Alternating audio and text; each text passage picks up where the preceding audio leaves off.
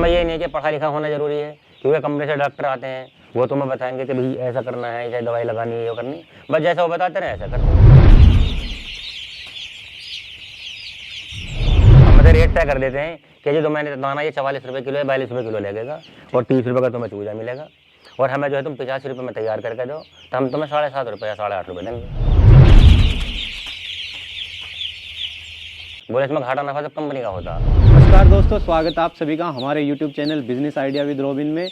आज की वीडियो में बात करने वाले हैं पोल्ट्री कॉन्ट्रैक्ट फार्मिंग के बारे में, जहां पे आप सिर्फ एक ही महीने में 50,000 रुपये बिना किसी लागत के कमा सकते हैं। जी हाँ, कंपनी के द्वारा दिए गए चूजों से आप एक ही महीने में 50,000 रुपये कमा सकते हैं, जिसमें कि आपको दाना पानी सब चीज़ कंपनी प्रोवाइड कराएगी, और इसके बारे में डिटेल में जानते हैं इस वीडियो में। नमस्कार सर, स्वागत है आपका हमारे YouTube channel business idea with robin में। सामने से जो दर्शक आपको देख रहे हैं, एक बार आप उन्हें अपना और अपने इस बिजनेस का परिचय दीजिए। मेरा नाम मोहम्मद फुरकान है, गांव दोताई है, डिस्ट्रिक्ट हापुड़, थाना गढ़मुक्तेश्वर, यूपी का रहने वाला हूँ जी। तो सर, आज आप हमारे दर्शकों को मुर्गी पालन के बारे में क्या बताना चाहते हैं? बस जो किसान भाई करना चाहते हैं, मुर्गी पालन एक बहुत अच्छा बिजनेस है ये। असल में किसान भाइयों के लिए बहुत बढ़िया फायदे का सौदा है ये।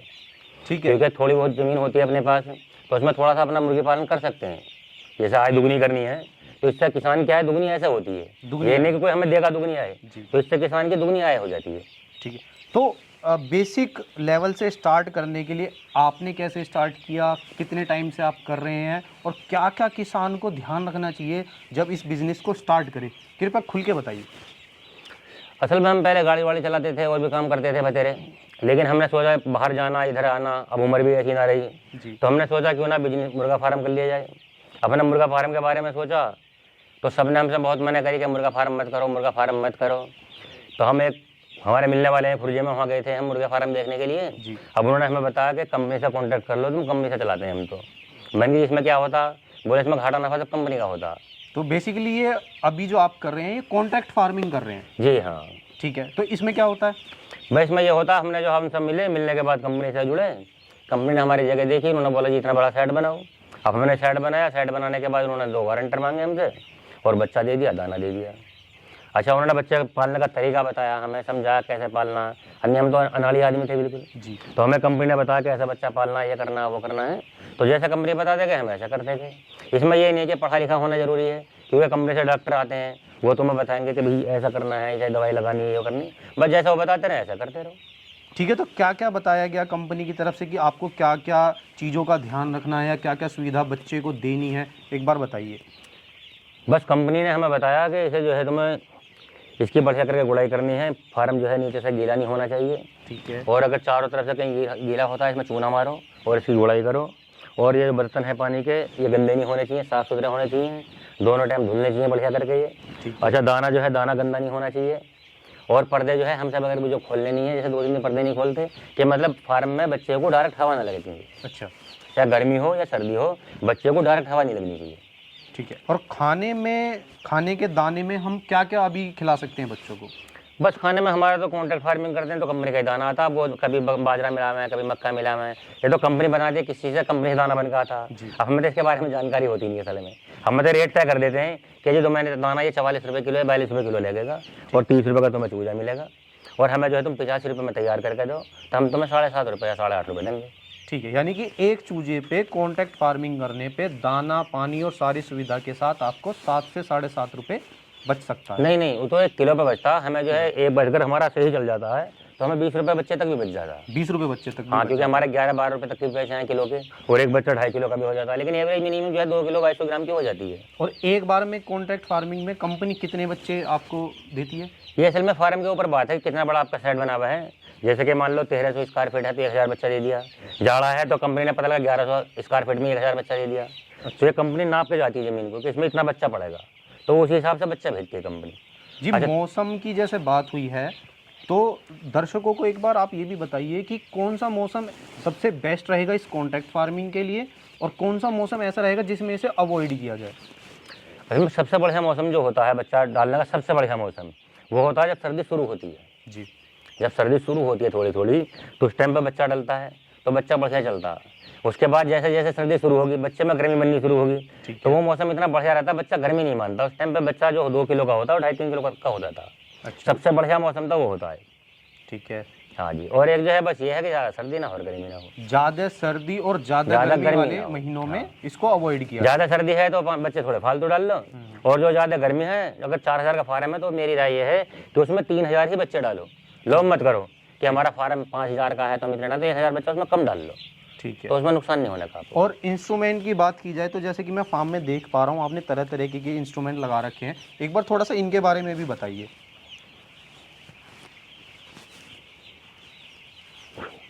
अब जैसे ये है जाड़ों का इंतजाम है ये जी।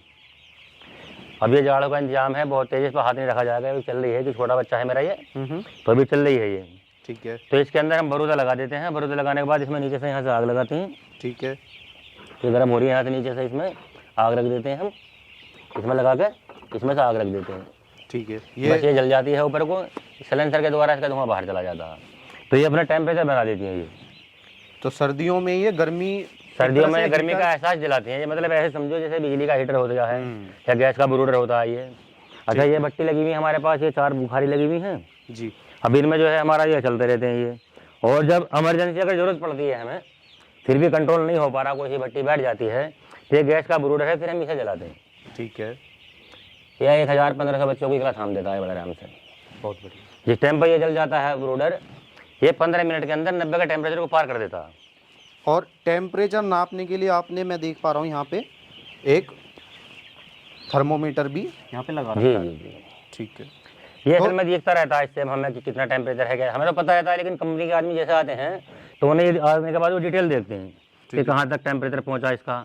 जैसे हमारा 96 तक गया ये, तो वो आने के बाद सारा देख लेते हैं, नीचे से सबसे नीचे कहाँ जाके 71 तक गया, ये सब चीज़ देखते हैं कि मतलब बच्चा टेम्परेचर उन्होंने दिया था नहीं दिया था, कितने दिन का हो गया, कैसा हो गया, इसमें सब आ जाएगा। तो एक एवरेज टेम्परेचर एक दिन में कितना होना चाहिए? बस जैसे बच्चा उतरे 90 का होना चाहिए, अब जैसे 80 का रह जाए तो कोई दिक्कत नहीं है।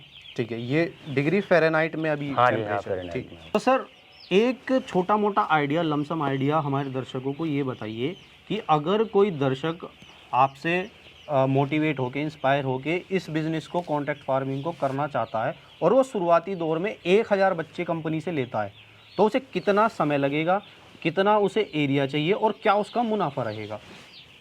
असल में कंपनी से काम करने के लिए, अगर कंपनी से ही काम करना है, मान लो 1000 बच्चे का फार्म करेंगे आप जी, तो 1000 बच्चे के लिए कम से कम 1200-1300 स्क्वायर फीट जगह चाहिए। 1300 स्क्वायर फीट। हाँ, क्योंकि दाना भी रखना, उसमें ये भी करना है, खाद भी डलती है, क्योंकि 1300 कंपनी भी मांगती है। लेकिन 1000 का अगर कंपनी से आदमी करना चाहे तो 1 लाख रुपये करीब हमारा पैसा खर्चा आ जाएगा सेट बनाने में। तो 1000 का ना बना के कम से कम 2-2,500 का बनना है 2-2,500 इकले आदमी के लिए कम से कम। ठीक है। क्योंकि 1000 बच्चों का तो खर्चा ही निकल जाएगा, एक में क्या कमाएगा आदमी 15-16 रुपये। ठीक है। अच्छा, 5-7 रुपये दे दिए, एक नसीब है उसका, सही चल जाए काम तो 20,000 कमा लेगा। लेकिन अगर कम से कम 2-2,500 करेगा काम शुरू, तो उसे 50,000 की उम्मीद रहेगी, 50,000 में आएंगे। और वो कितने दिन में आएंगे?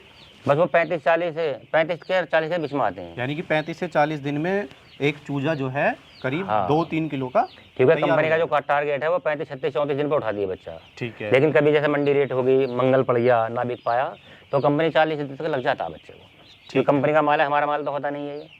तो कंपनी जब रेट बिकता है जैसे, तो 1 आध दिन रोक जाती है। यानी कि अगर कोई हमारा दर्शक, हमारा भाई इस बिज़नेस में 2 या 3 हज़ार चूजे बच्चे से शुरुआत करता है, तो 35 दिन के अंदर वो आसानी से 50,000 रुपये तक कमा सकता है, बहुत आराम के साथ। ठीक है।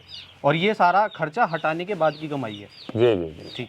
तो अगर कोई दर्शक आपसे इसके बारे में और डिटेल में जानकारी लेना चाहता है, तो एक बार आप उनको अपना एक नंबर और बता दीजिए, ताकि वो आपसे अच्छे से जानकारी ले पाए या आपसे जुड़ के वो कुछ और काम कर पाए। असल में जानकारी हमसे लेते हैं, मान लो कि जैसे बिहार के, झारखंड के, कहीं दूर दूर के लेते हैं, मान लो हमारी पहले भी वीडियो पड़ी हुई हैं जी, तो उन्हें हम जानकारी सही नहीं दे पाते। क्यों इसलिए नहीं दे पाते, बाहर का हमें कंपनी का कॉन्टैक्ट है, हमें पता नहीं बाहर झारखंड का क्या नंबर है, कैसा है, क्योंकि हम तो एक फार्मर है, कंपनी का मालिक तो हम है नहीं जी। अच्छा, अगर मान लो बुलंदशहर में, गाजियाबाद में, हापुड़ में अगर कोई काम करना चाहे तो हम उसे पूरी हेल्प भी करेंगे, जानकारी भी करेंगे। ठीक है। फिर भी एक बार आप अपना एक नंबर दर्शक। नंबर हमारा पड़ा हुआ है 9837011354। ठीक है। हाँ जी। तो सर आपने दर्शकों को इतनी अच्छी जानकारी पोल्ट्री फार्मिंग और कॉन्ट्रैक्ट फार्मिंग के बारे में बताई, उसके लिए आपका बहुत बहुत धन्यवाद।